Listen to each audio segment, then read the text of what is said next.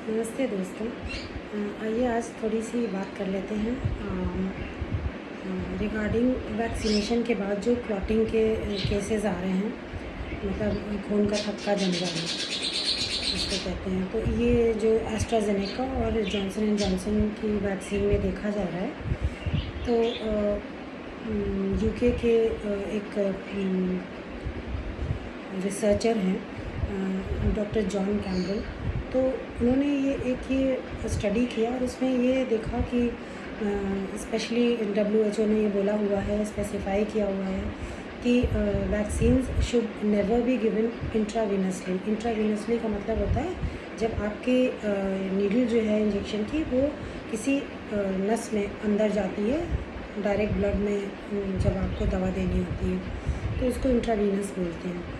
Otherwise जो सारे injection, most of the injections लगाए जाते हैं, जैसे यहाँ पर जो लगाया जाता है वो इंट्रामस्कुलर होता है, मतलब वो मसल में लगाया जाता है।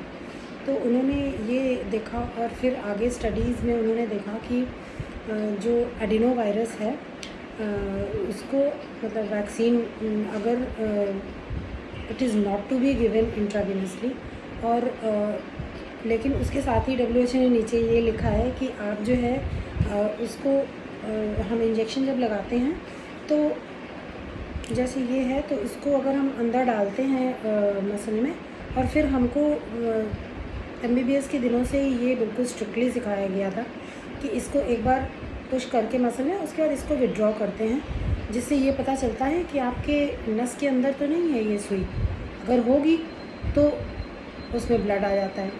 फॉर एग्ज़ाम्पल मैंने आपको बताया कि जैसे ये मसल में डाला गया और इसको ऐसे लगा दिया गया, ठीक है। लेकिन ये ब्लड वेसल में है कि नहीं है, आपके वेन में तो नहीं है, डायरेक्ट ब्लड में तो दवा नहीं जा रही है। तो इसके लिए क्या करते हैं कि मान लीजिए मैंने अंदर डाला और फिर उसके बाद इसको ये मसल में डाला, उसके बाद मैंने खींचा, तो वापस खींचने पर अगर वो मसल में है तब तो ये नहीं आएगा, लेकिन अगर वो वेन में है तो देखिए पिंक आ रहा है, ये ब्लड आपका वापस आएगा, जिससे आप ये समझ जाते हो कि वो वेन के अंदर आपकी नीडल है। तो अगर नहीं मतलब ब्लड में देना है उस चीज़ को तो फिर हम इसको विड्रॉ करके फिर से मसल में दूसरी जगह पर लगा सकते हैं। ये हमारा मतलब हमको जब ट्रेनिंग मिली थी तो हमको ये बताया गया था, हम लोग यूज़ टू है कि इसको अंदर डाला फट से इसको खींचा, वापस नहीं आता है कुछ तो इट्स ओके, आप इसको इंट्रामस्कुलर दे दीजिए। तो WHO ने ये बताया है कि इसको इंट्रावीनस नहीं देना है। उसके साथ में ये भी बोला है कि वैक्सीनेशन में आपको उसको ये प्लंजर को ऐसे खींचने की वापस ज़रूरत नहीं है।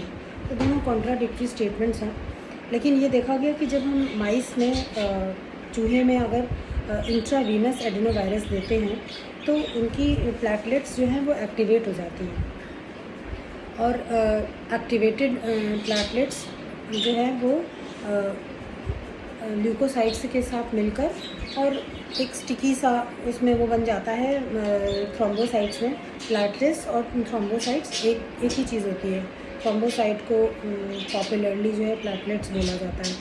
तो ये देखा गया कि ये वैक्सीन देने से थ्रोम्बोसाइटोपिनिया हो रही है, मतलब वो कमी आ रही है थ्रोम्बोसाइट्स में और ये एक्टिवेट भी हो रही है। उसके साथ साथ जो हमारी नसें हैं उसके अंदर की जो लाइनिंग होती है, इनर लाइनिंग, उसको एंडोथेलियम बोलते हैं, वो भी एक्टिवेट हो जाती है।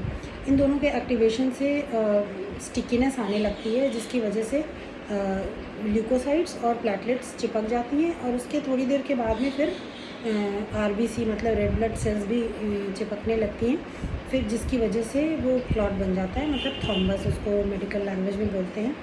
और थ्रोम्बस जब चिपका रहता है, यहाँ पर मान लीजिए थ्रोम्बस ये इनर लाइनिंग है उसकी वेसल की और इसके अंदर ये चिपका हुआ है तो इसको थ्रोम्बस बोलते हैं। फिर इसके टुकड़े ऐसे टूट टूट के जब आगे ब्लड के साथ बहते हैं तो वो बहुत डैमेज क्रिएट करते हैं, उनको एम्बुलस बोलते हैं। वो जाके हमारे लंग्स में, हमारे ब्रेन में कहीं भी ब्लॉकेज क्रिएट कर सकते हैं, जो कि बहुत हार्मफुल होता है।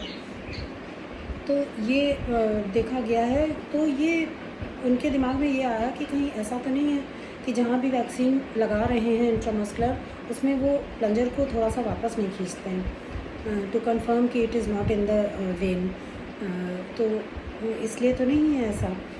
तो दोस्तों ये मैं शेयर करना चाहती थी बात। मुझे मैंने जब इनको देखा और सुना तो मुझे ये पता चला तो एक छोटी सी चीज़ कर सकते हैं कि एक गाइडलाइन बना दें कि जो भी इंजेक्शन लगा रहे हैं, मतलब वैक्सीन जो लगा रहे हैं, उसको एक बार पीछे खींच के चेक कर लें कि कहीं वो ब्लड वेसल में तो नहीं है।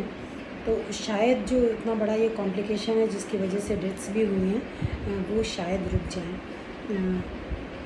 तो दोस्तों ये आपके लिए एक छोटी सी चीज़ थी जो मैंने शेयर करनी चाहिए, लेकिन हो सकता है कि ऐसा हो सकता है कि ये कारण ना हो। लेकिन जब डॉक्टर कैम्पबेल ने जब स्टडीज़ करी तो उनको ये चीज़ रियलाइज़ हुई कि जो हमको एक बेसिक नॉलेज दी जाती थी इंजेक्शन देते समय हमें क्या करना है, तो हमारे ज़माने में तो बहुत अच्छे से सिखाया जाता था और हम लोगों की हैबिट हो जाती है कि push it and then check it by pulling out the plunger.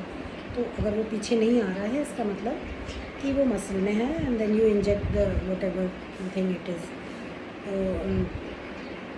Thank you दोस्तों, आई होप आप इससे कुछ सीखेंगे। अगर आपको वैक्सीन लगने वाली है तो आप विनम्रता से कृपया लड़ाई झगड़े ना करें, क्योंकि इस समय काम रहना भी बहुत ज़रूरी है, शांति की बहुत ज़रूरत है, और मेडिटेशन करते रहिए।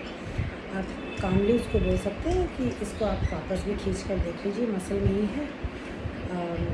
तो थैंक यू, फिर मिलते हैं किसी और टॉपिक के साथ।